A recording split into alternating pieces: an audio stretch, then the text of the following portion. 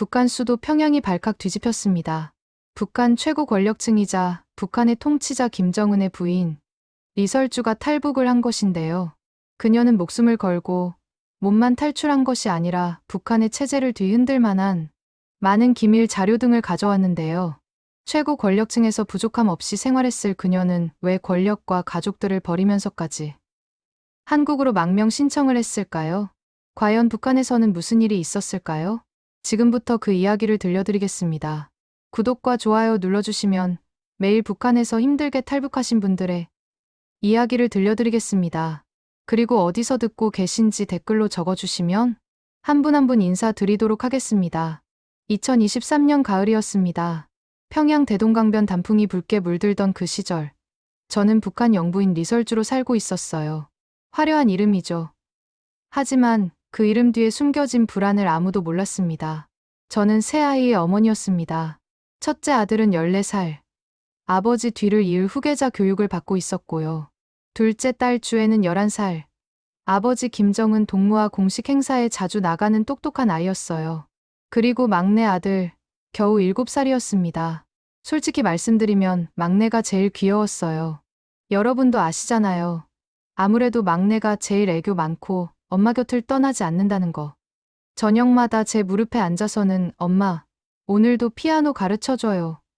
하고 졸라댔죠. 은하수관현악단 출신인 제가 피아노를 치면 막내는 옆에서 박수치며 까르르 웃곤 했습니다. 그날 저녁도 그랬어요.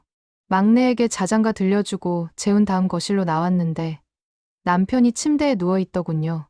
얼굴색이 많이 안 좋았습니다. 당뇨병에 고혈압, 심장까지 나빠져서 요즘은 공식 석상에도 잘 안 나가고 있었거든요. 살도 많이 찌고 숨도 가빠 보였어요. 설주 동무. 남편이 저를 불렀습니다. 평소와 다른 무거운 목소리였어요. 이리 좀 와보시오. 중요한 얘기가 있소. 가까이 다가가니 남편이 침대 옆 서랍을 열고 봉투 하나를 꺼내더군요. 빨간 봉인이 찍힌 두꺼운 봉투였습니다. 손으로 건네주는데 손이 떨리는 게 보였어요. 내가 언제 어떻게 될지 모르오. 이걸 잘 보관하시오. 절대 다른 사람 손에 넘어가면 안 돼요. 봉투를 열어보니 남편 친필로 쓴 문서와 작은 USB 하나가 들어 있었습니다. 붉은 글씨로 또박또박 적혀 있더군요. 나 김정은은 정신이 온전할 때 이 유언을 남긴다. 내가 죽으면 첫째 아들을 후계자로 세워라. 여동생 여정이는 절대 권력을 주지 마라. 이것이 나의 최후 명령이다. 손이 떨렸습니다. USB를 컴퓨터에 꽂아보니 남편 육성으로 똑같은 내용이 녹음되어 있었어요.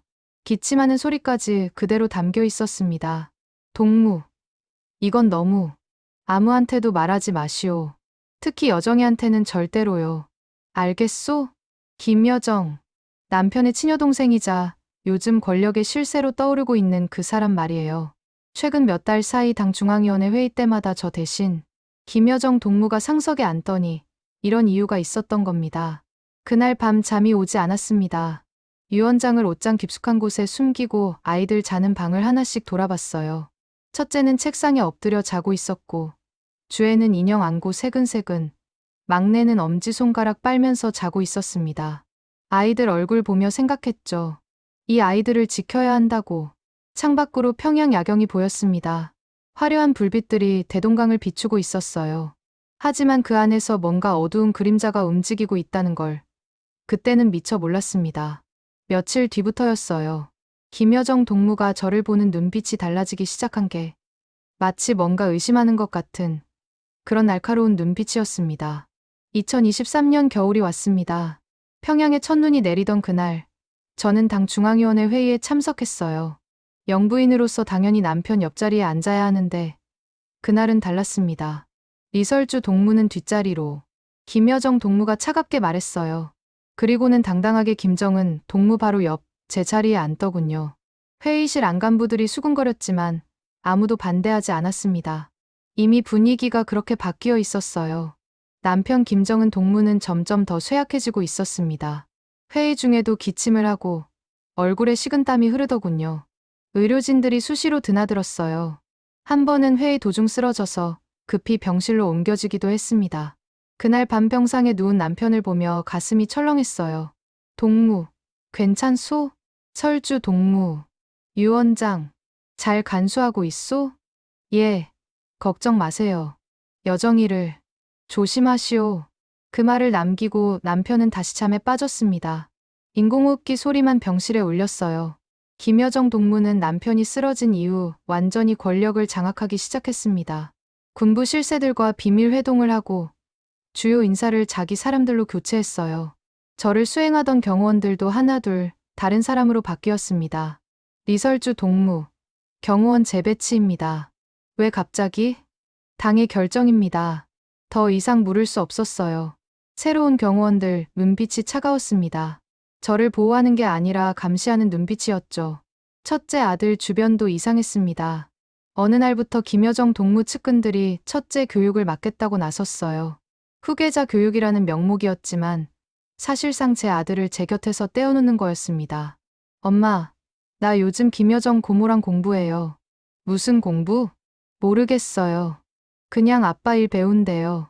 첫째는 아직 어려서 상황을 잘 몰랐습니다. 하지만 저는 알았어요. 김여정 동무가 제 아들을 자기 사람으로 만들려 한다는 걸. 유 원장 내용을 아는지 모르는지, 아니면 혹시 의심하고 있는 건지.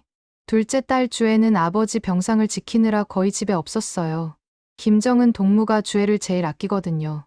병실에서 주애 손잡고 있는 게 유일한 위안이라고 했어요. 막내만 저와 함께 있었습니다. 7살 아이는 집에서 혼자 놀거나 제 무릎에 앉아 있었죠. 어느 날 막내가 물었어요. 엄마, 왜 요즘 집이 이상해요? 뭐가 이상한데? 형아는 집에 안 오고, 누나는 병원에만 있고, 엄마는 자꾸 우는 것 같아요. 아이 눈에도 보였던 겁니다. 제 옷소매 잡고 올려다보는 막내 얼굴이 너무 순수해서 눈물이 났어요. 괜찮아. 엄마는 괜찮아. 하지만 괜찮지 않았습니다. 제 주변 사람들이 하나둘 사라지고 있었거든요. 신뢰하던 개인 비서는 어느 날 갑자기 출근하지 않았어요.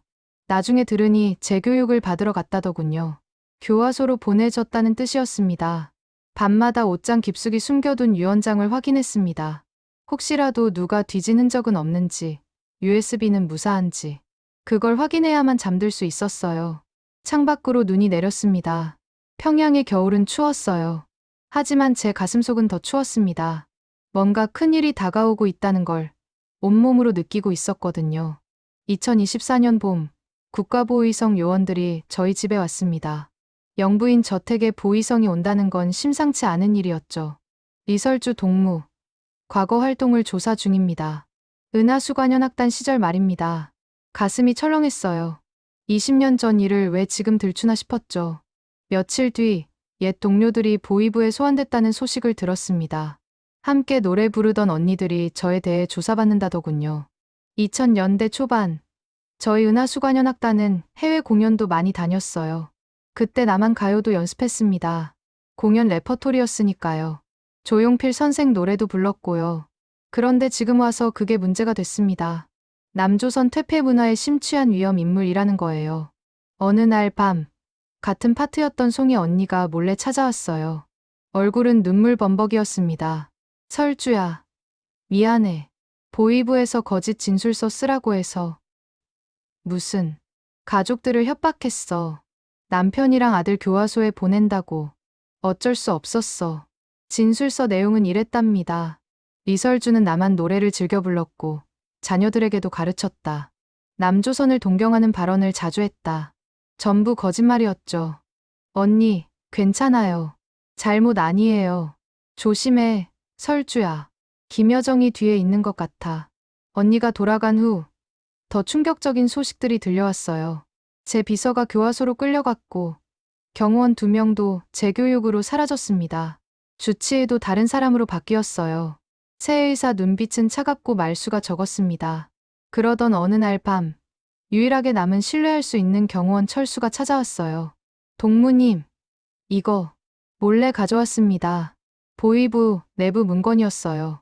제목을 보는 순간 온몸이 얼어붙었습니다. 리설주 동무 숙청 일정표? D-30일. 한 달 후 체포 계획이었어요.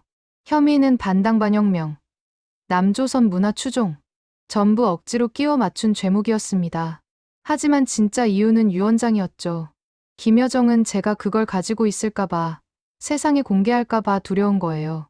철수 동무, 고맙습니다. 빨리 피하셔야 합니다. 한 달밖에 안 남았어요. 그날 밤 아이들 방을 돌아봤습니다. 첫째는 김여정파 숙소에 있어 집에 없었고, 주애는 아버지 병원에 있었어요. 막내만 제 옆방에서 자고 있었습니다. 막내 자는 얼굴을 한참 바라봤어요. 새근새근 숨 쉬는 7살 아이. 이 아이만은 살려야겠다고 결심했습니다. 한 달. 저에게 남은 시간은 딱 한 달이었습니다. 매일 밤 유언장을 확인했어요. 옷장에 숨긴 USB. 이게 제 목숨줄이자 사형 선고였습니다. 첫째 아들은 이미 김여정파에 둘러싸여 있었어요. 일주일에 한 번 집에 오면 다행이었죠. 엄마, 김여정 고모가 많이 가르쳐줘요. 아이는 몰랐어요. 자기가 인질이란 걸. 둘째 주애는 아버지 병상만 지켰습니다. 아빠 곁에 있을래요. 11살 아이가 아버지 손 꼭 잡고 있었어요. 막내만 제 곁에 있었습니다. 7살 아이는 저랑 단둘이 지냈어요. 엄마, 왜 영아는 안 와요? 물으면 거짓말할 수밖에 없었죠. 어느 날 밤, 결심했습니다. 막내만 데리고 나가야겠다고. 큰애들은 이미 제 손을 떠났어요. 첫째는 김여정이 감시하고, 주애는 아버지를 떠나지 않으니까. 억지로 데려가다 발각되면 모두 죽습니다. 막내라도 살려야 했어요. 그리고 유언장을 세상에 알려야. 며칠 후 기회가 왔습니다. 러시아 블라디보스토크 국빈 초청이었어요. 김정은 동무는 못 가니 저더러 가라는 겁니다. 막내도 데려가겠습니다. 왜? 교육 견학 삼아서요. 김여정은 의심했지만 거절하진 않았어요. 7살짜리가 뭘 하겠냐는 표정이었죠. 출발 전날 밤. 아이들 생각에 잠 못 이뤘습니다. 첫째는 숙소에 있어 못 봤고, 주애는 병원에 있었어요. 막내 방에 들어가 한참을 서 있었습니다. 미안해. 엄마가 형이랑 누나를 못 데려가서. 자는 아이 이마에 입 맞췄어요. 유언장 USB를 속옷에 숨겼습니다. 육성 녹음만으로도 충분했어요. 새벽, 공항으로 출발했습니다. 막내 손잡고 차에 올랐어요. 뒤돌아보니 평양 불빛이 멀어졌습니다. 다시는 못 볼 풍경이겠죠. 비행기 안에서 막내가 물었어요. 엄마, 러시아 재밌어요? 응, 재밌을 거야. 형아들도 같이 가면 좋을 텐데. 가슴이 찢어졌습니다. 큰애들 얼굴이 눈앞에 아른거렸어요. 하지만 돌아갈 순 없었습니다. 블라디보스토크 공항에 도착했을 때 차가운 바람이 얼굴을 때렸습니다. 2024년 가을이었어요. 북한 경호원 10명이 저와 막내를 둘러쌌습니다. 감시하는 눈빛들. 도망 못 가게 막는 거였죠. 공식 일정이 시작됐습니다. 러시아 관료들과 회의가 잡혀 있었어요. 제 경호원 철수가 속삭였습니다. 동무님, 준비됐습니다. 한국 측이 뒷문에서 기다려요. 회의장에 들어가 자리에 앉았어요. 북한 경호원들은 밖에서 대기했죠. 화장실 좀 다녀오겠습니다. 막내 손잡고 일어섰어요. 화장실로 가는 척하다가 비상구로 방향을 틀었습니다. 철수가 앞장섰어요. 뛰었습니다. 엄마, 왜 뛰어요? 빨리. 엄마 따라와. 뒤에서 고함이 들렸습니다. 리설주, 동무, 서시오. 경호원들이 쫓아왔어요. 비상구 문을 열고 계단을 뛰어 내려갔습니다. 막내를 안아들었어요. 무거웠지만 놓을 수 없었죠. 엄마, 무서워요. 괜찮아. 엄마가 지켜줄게. 뒷문에 검은 차가 대기하고 있었습니다. 러시아 경찰과 한국 사람이 서 있었어요. 빨리 타세요. 막내를 밀어넣고 저도 뛰어올랐습니다. 차 문이 닫히자 북한 경호원들이 총을 꺼내려 했지만 러시아 경찰이 막았어요. 차는 급발진했습니다. 한국 영사관으로 갑니다. 한국말. 그 순간 눈물이 쏟아졌어요. 막내가 울며 물었습니다. 엄마, 우리 어디 가요? 괜찮아. 이제 괜찮아. 10분쯤 달렸을까요? 태극기가 보였습니다. 대한민국 영사관. 철문이 닫히고 우리는 안전했어요. 차에서 내리자 다리에 힘이 풀렸습니다. 안전합니다. 여기는 대한민국입니다. 그 말에 무너져 내렸어요. 막내를 안고 울었습니다. 엄마, 놀랐지? 우리 살았어. 영사관 안은 따뜻했어요. 속옷에 숨긴 USB를 꺼냈습니다. 손이 떨렸어요. 이게 김정은 동무유언입니다. 한국 관계자에게 건넸어요. 창밖엔 북한 경호원들이 서 있었지만 들어올 순 없었습니다. 여긴 대한민국이니까요. 막내가 물었습니다. 엄마, 형아는? 주의 누나는? 가슴이 찢어졌습니다. 나중에 만날 거야. 거짓말인 걸 알면서도 그렇게 말할 수밖에 없었어요. 영사관 이틀째 북한 방송이 나왔습니다. 반역자 리설주, 조국을 배신하고 도주, 조선중앙TV였어요. 화면에 첫째 아들이 나왔습니다. 14살 아이가 울고 있었어요. 어머니, 제발 돌아오세요. 저희를 버리고 어디 가셨어요? 심장이 멎었습니다. 아이 옆에 김여정이 서 있었죠. 다음은 주혜였습니다. 엄마, 아빠가 아파요. 돌아와요. 눈물이 흘렀습니다. 제가 남겨둔 아이들. 김여정이 말했습니다. 리설주가 가진 유언장은 조작입니다. 거짓입니다. 며칠 후 한국 전문가들이 USB를 분석했어요. 김정은 본인 목소리 맞습니다. 진품일 확률 99%, 필적도 일치합니다. 안도했어요. 거짓말쟁이는 아니라는 게 증명됐으니까요.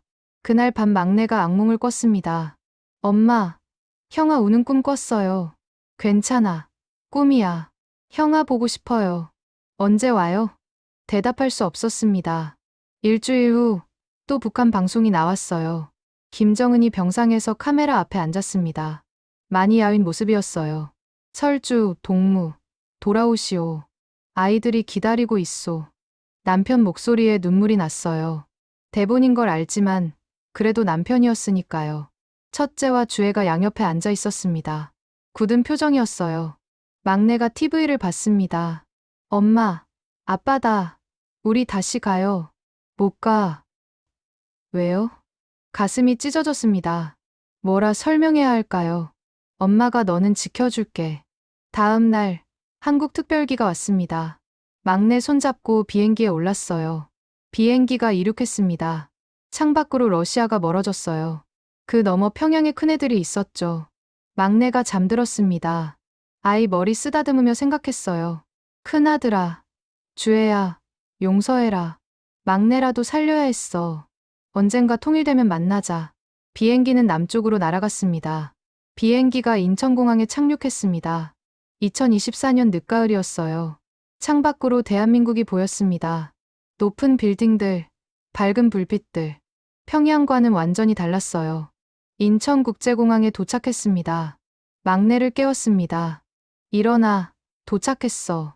여기가 어디예요? 대한민국이야. 비공개 입국이었어요.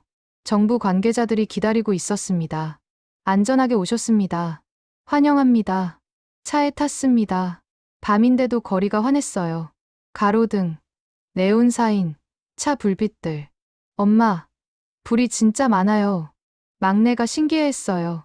정부 시설로 향했습니다. 별도 보호시설이었어요. 방에 들어서니 따뜻한 난방이 느껴졌습니다. 북에서는 추운 겨울에도 난방이 안 됐는데 욕실 수도꼭지를 틀자 뜨거운 물이 나왔어요. 북에서는 물 끓여서 씻었는데 눈물이 났습니다. 이게 자유구나. 막내를 씻기고 재웠어요. 혼자 앉아 큰애들 생각했습니다. 지금쯤 뭘 하고 있을까? 핸드폰을 받았습니다. 난생 처음 스마트폰이었어요. 인터넷도 되고 전화도 됩니다. 제 이름을 검색했어요. 기사들이 쏟아졌습니다. 리설주 영부인 망명, 김정은 유언장 공개 임박. 댓글도 봤어요. 용감하시네요. 아이들 생각에 마음 아프셨겠어요. 통일되면 가족 만나시길. 모르는 사람들이 응원해주고 있었어요. 다음 날 정부 면담했습니다. 유언장 공개는 제한적으로 해주세요. 큰애들이 위험해요. 알겠습니다. 며칠 후 뉴스가 나왔어요. 김정은 유언장 진품 확인. 첫째 아들 후계 지목. 막내와 산책했습니다. 정원의 단풍이 예뻤어요. 엄마, 여기 좋아요. 근데 형아들도 오면 더 좋을 텐데. 가슴이 아팠습니다. 언젠가 올 거야. 하늘을 봤어요. 같은 하늘 아래 북쪽에 큰애들이 있었습니다. 통일이 되어야 합니다. 그래야 제 가족이 다시 만나니까. 서울에서 석 달째 살고 있습니다. 2025년 봄이었어요. 막내는 학교에 다니기 시작했습니다. 한국 이름으로 새 신분을 받았어요. 처음엔 말투가 달라서 놀림받았지만 지금은 친구도 생겼습니다. 엄마, 오늘 급식에 치킨 나왔어요. 아이는 빠르게 적응했어요. 저는 정부 보호 속에 조용히 삽니다. 큰애들이 위험해질까 봐 언론은 피해요. 매일 뉴스를 봅니다. 북한 소식을 찾아요. 어느 날 주애가 나왔어요. 김정은과 공식 행사에 참석한 모습이었습니다. 화면 속 딸은 웃고 있었지만 눈빛은 슬퍼 보였어요. 주애야, 미안해. TV에 대고 혼잣말했습니다. 편의점에 갔습니다. 24시간 불이 켜져 있는 게 신기했어요. 물건도 넘쳐났습니다. 북에서는 배급받기도 힘들었는데 자유가 이런 거구나 싶었어요. 주말에 막내와 한강 공원에 갔습니다. 엄마, 강 넓다. 한강이야. 대동강보다 크네요. 같은 민족인데 강 이름이 다르고 하늘은 같은데 사는 세상은 달랐습니다. 벤치에 앉아 물었어요. 형아, 누나 보고 싶지? 언제 와요? 통일되면 올 거야. 통일이 뭐예요? 북하고 남이 하나 되는 거야. 대답할 수 없었습니다. 언제일까요? 밤에 편지를 썼습니다. 보낼 수 없는 편지. 첫째야, 엄마는 너를 버린 게 아니야. 막내라도 살리려고 그랬어. 아빠, 유언 꼭 지켜라. 주애야, 아빠 곁에서 잘 지내거라. 언젠가 꼭 다시 만나자. 편지는 서랍에 넣었습니다. 통일되면 전하고 싶어요. 탈북자 모임에 나갔습니다. 저도 가족북에 두고 왔어요. 다들 누군가를 두고 왔더군요. 이상가족. 통일이 되어야 해요. 할머니가 눈물을 흘렸어요. 90평생 고향 못 가보셨대요. 저도 눈물이 났습니다. 집에 와서 막내를 안았습니다. 형아들 생각나요? 응. 통일되면 평양 가요? 그래. 꼭 가자. 창밖을 봤습니다. 서울 야경이 반짝였어요. 저 북쪽에 평양이 있고 제 아이들이 있습니다. 여러분, 통일이 되어야 합니다. 헤어진 가족들이 너무 많아요. 북에 있는 동포들도 자유를 누려야 합니다. 언젠가 통일되면 유언장 들고 평양에 가겠습니다. 첫째 앞에 무릎 꿇고 말할 거예요. 엄마가 지켰어. 내 아버지 유언을. 그날이 꼭 오기를 바랍니다.